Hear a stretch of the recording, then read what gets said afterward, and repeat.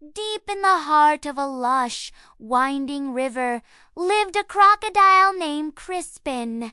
Now, Crispin wasn't just any crocodile. He was the king of cool, the master of the marsh, with a smile that was wider than the river itself. His scales shimmered like 1,000 emeralds, and his roar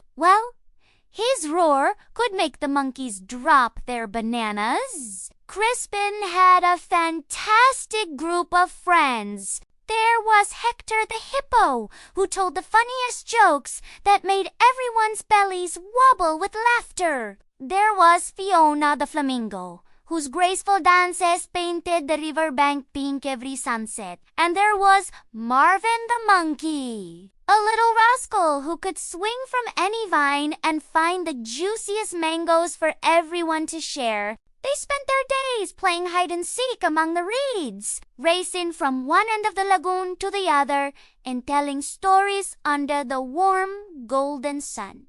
Life was perfect. One sunny afternoon, while Crispin was sunbathing on his favorite rock, he noticed something shiny half buried in the mud. Curious, he nudged it with his snout. It was a crown, a magnificent sparkling crown made of river pebbles and shimmering shells. As he placed it on his head, something strange happened. It felt right. He looked at his reflection in the water. He didn't just look like a crocodile. He looked like a king. "Wow," Crispin whispered to himself. "I'm not just Crispin. I am King Crispin." The next day, when Hector the hippo waddled over to tell a new joke, Crispin held up a claw. "A king does not have time for silly jokes," he announced, his voice suddenly deep and formal. "I have important royal duties to attend to." Hector blinked, confused, his joke forgotten. Later, Fiona the flamingo started her beautiful sunset dance, her feathers glowing in the twilight. She invited Crispin to join, as he always did. But Crispin just yawned. "Dancing is for commoners," he declared from his rock, polishing his crown. "A king must maintain his dignity." Fiona's elegant neck drooped, and the dance ended early. And when Marvin the monkey came screeching with excitement, holding the biggest, sweetest mango they had ever seen, Crispin simply sniffed.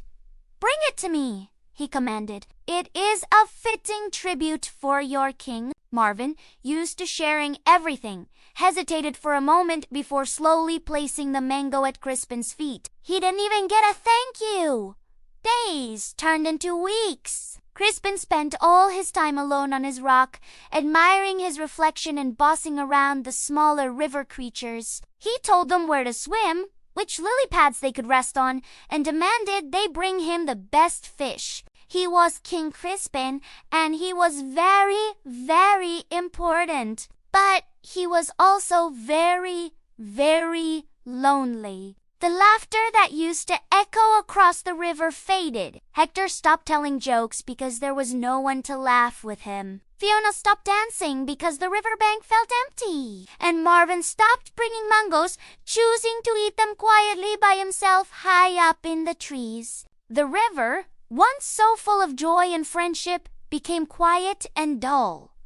Crispin didn't notice at first. He was too busy being a king. But one evening, as the sun set, painting the sky in brilliant shades of orange and purple, he realized something was missing.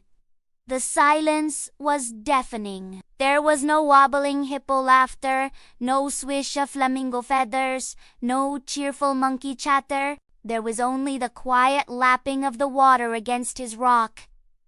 He looked at his reflection. The crown was still shiny, but the crocodile underneath looked sad.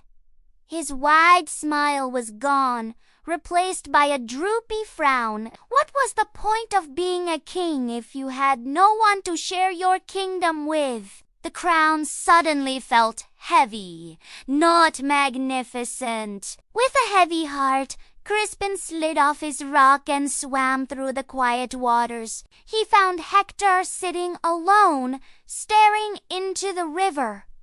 "Hector," Crispin said softly. Hector looked up, surprised. "Oh, Your Majesty." "Please," Crispin said, a lump forming in his throat. "Just call me Crispin." "I miss your jokes." A small smile touched Hector's lips. "Really?" Crispin nodded. "The river is too quiet without them." Next, he found Fiona, preening her feathers listlessly by the reeds. "Fiona," he called out gently, "the sunsets aren't the same without your dancing." Fiona looked at him, her bright eyes widening. Finally, he scrambled up the bank and called into the jungle, "Marvin, I'm sorry. I was a terrible friend. A mango isn't a mango unless you share it with your friends." A little head popped out from the leaves above. Marvin scurried down the tree, holding a small, slightly squished berry. He held it out to Crispin looked at the berry, then at Marvin's hopeful face. He felt his old smile returning. He took the crown off his head and let it slip into the river, where it sank to the bottom with a quiet plunk. It was just a bunch of rocks and shells.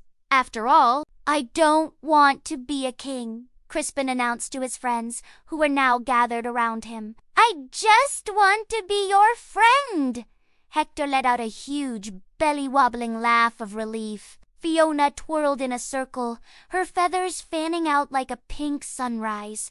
And Marvin, he zipped up a tree and came back down with 3 of the biggest mangoes he could carry, dropping them right in the middle of the group. That evening the river was alive again. Hector told a joke so funny that Crispin laughed until he cried. Fiona performed her most spectacular dance yet, and Crispin joined in with his own clumsy, happy crocodile shuffle. They all shared the mangoes, the sweet juice dripping down their chins. And it was the most delicious fruit they had ever tasted. Crispin learned a very important lesson that day. Being shiny and important means nothing if you have no one to share it with. A crown can't tell you a joke. It can't dance with you at sunset, and it certainly can't share a mango. True treasure isn't something you wear on your head. It's the friends you have by your side.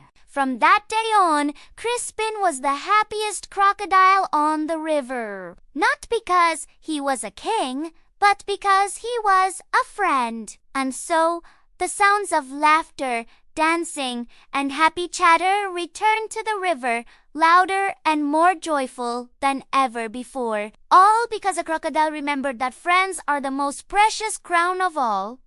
Thank you so much for watching with me today. I hope you enjoyed Crispin's story. If you liked it, don't forget to hit that like button and subscribe to the channel for more stories. We'd love to have you as part of our community. See you in the next video. Bye.